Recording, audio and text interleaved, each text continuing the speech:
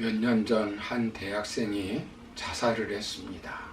대학 입시에 실패를 해서 자살을 했다면 어느 정도 이해를 할 수 있지만 그는 우수한 성적을 받아 원하는 대학에 입학을 하였다고 합니다. 대학 합격을 축하하던 사람들은 그의 소식을 듣고 매우 당혹스러워했다고 합니다. 장례식이 끝나고 얼마 후에 그의 책상에서 유서가 발견되었다고 합니다. 거기에는 자살 이유가 다음과 같이 적혀 있었습니다. 아버지, 어머니 죄송합니다. 저는 이제 살기가 싫어졌습니다. 오로지 대학 입시만을 위해 공부하였지만 합격한 지금에 와서는 그 모든 것이 헛되다고 생각되기 때문입니다.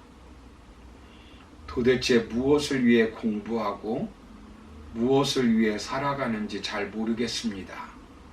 제 자신의 만족을 위해서라면 더 이상 살고 싶지 않습니다.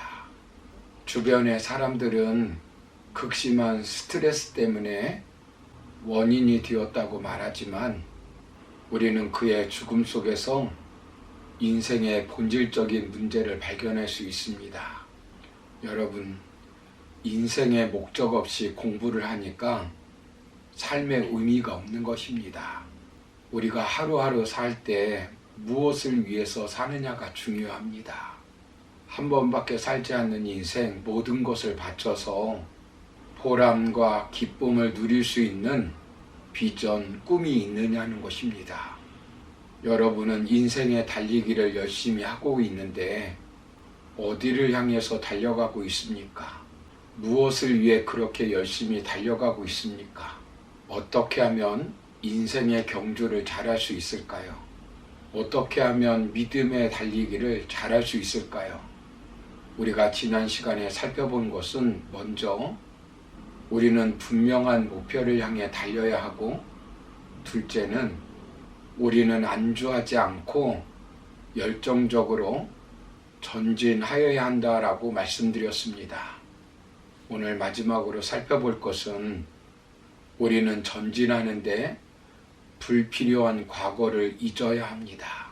본문 13절을 보시면 형제들아, 나는 아직 내가 잡은 줄로 여기지 아니하고 오직 한 일, 즉 뒤에 있는 것은 잊어버리고 앞에 있는 것을 잡으려고 표대를 향하여 그리스도 예수 안에서 하나님이 위에서 부르신 부름의 상을 위하여 달려가노라 라고 말씀합니다.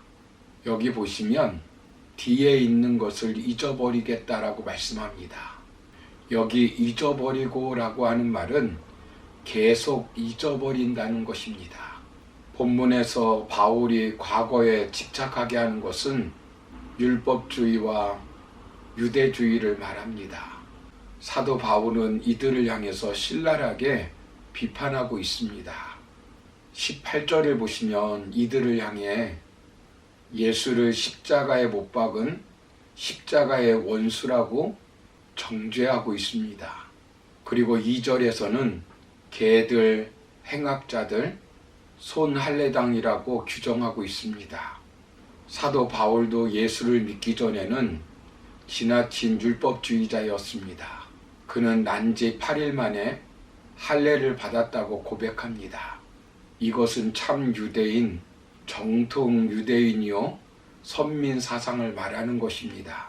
그리고 그는 이스라엘 족속이라고 했습니다. 이는 하나님의 언약을 맺은 민족임을 자랑하는 말입니다. 또한 그는 베냐민 지파라고 했습니다. 이는 왕손의 혈통이라는 것을 알리는 것으로 베냐민 지파는 작은 지파였지만 이스라엘의 초대왕 사울왕이 세워졌습니다. 그리고 바울은 히브리인 중에 히브리인이라고 말하였습니다. 이 말은 자신의 피 속에 순수한 히브리인의 피가 흐르고 있다는 것입니다. 헬라파 유대인과는 달리 히브리어를 어릴 때부터 배워 사용하고 유대인의 생활 방식을 철저히 지켰다는 것입니다. 그리고 그는 율법적으로 바리새인이라고 말하였습니다. 바리새파는 바울 당시 소수의 종파로서 율법을 지키는 엄격한 종파였습니다. 이것은 곧 종교적 우월성을 말하는 것입니다. 또한 그는 열심으로 교회를 핍박하였습니다. 이는 율법에 대한 열정과 하나님에 대한 충성 때문에 이단처럼 보였던 교회를 핍박하였습니다. 그리고 바울은 율법으로는 흠이 없는 자였습니다. 이것은 율법을 지키는 데 열심을 다한 사람으로서 인간 행위의 완전성을 주장하는 것입니다. 이렇게 화려한 과거주의의 종이었던 사도 바울은 예수님을 만난 뒤에 모든 것을 해로 여기고 배설물로 여겼습니다. 과거에 이익으로 보였던 모든 것들이 이제는 무익하게 보이게 되었고 심지어는 배설물로 보이게 되었습니다. 이것은 과거에 대한 사도 바울의 청산입니다. 바울은 자신이 목적을 향해서 달려감에 있어서 과거의 기억이 자신의 진보를 방해하지 않도록 전력 질주하였습니다. 출애굽 당시 이스라엘은 애굽의 고깃가마를 회상하다가 가나안 진군에 실패하고 말았습니다. 누가복음 9장 26절을 보시면 예수께서 이르시되 손에 쟁기를 잡고 뒤를 돌아보는 자는 하나님의 나라에 합당하지 아니하니라 하시니라 라고 말씀합니다. 과거를 돌아보며 안주하지 말라는 것입니다. 여러분, 과거에 사로잡혀 날마다 과거에 묶여 사는 사람은 처절하게 실패만 경험하게 될 것입니다.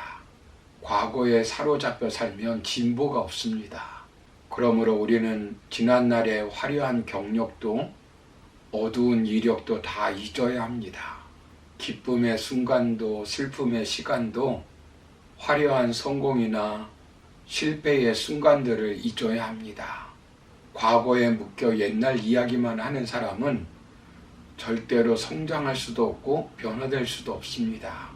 사도 바울은 지금까지 자신의 달리기에 대하여 부르심의 상급에 대한 목표를 향해 달려갔고 안주하지 않고 열정으로 전진했으며 전진하는 데 불필요한 과거를 잊어버렸다고 간증하였습니다. 그 후 바울은 이 편지를 받는 빌립보 교인들을 향해 어떻게 믿음의 달리기를 하라고 권면하고 있습니까?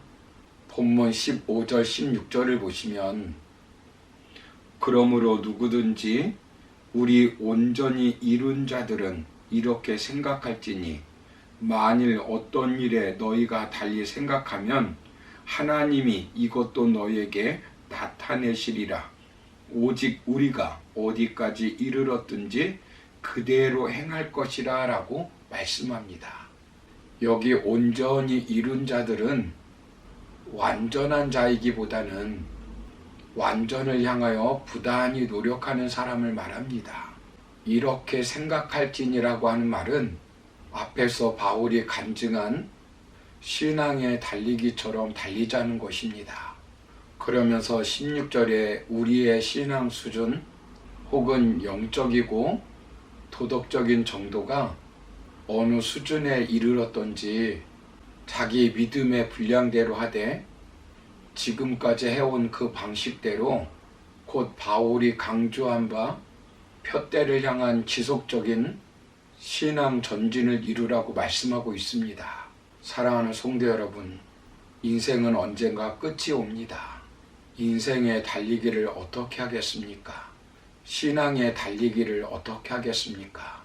우리도 사도 바울처럼 부르심의 상급에 대한 분명한 목표를 갖고 안주하지 아니하며 불필요한 과거를 잊어버리고 믿음의 경주를 하시는 저와 여러분의 삶이 되기를 주님의 이름으로 축원합니다.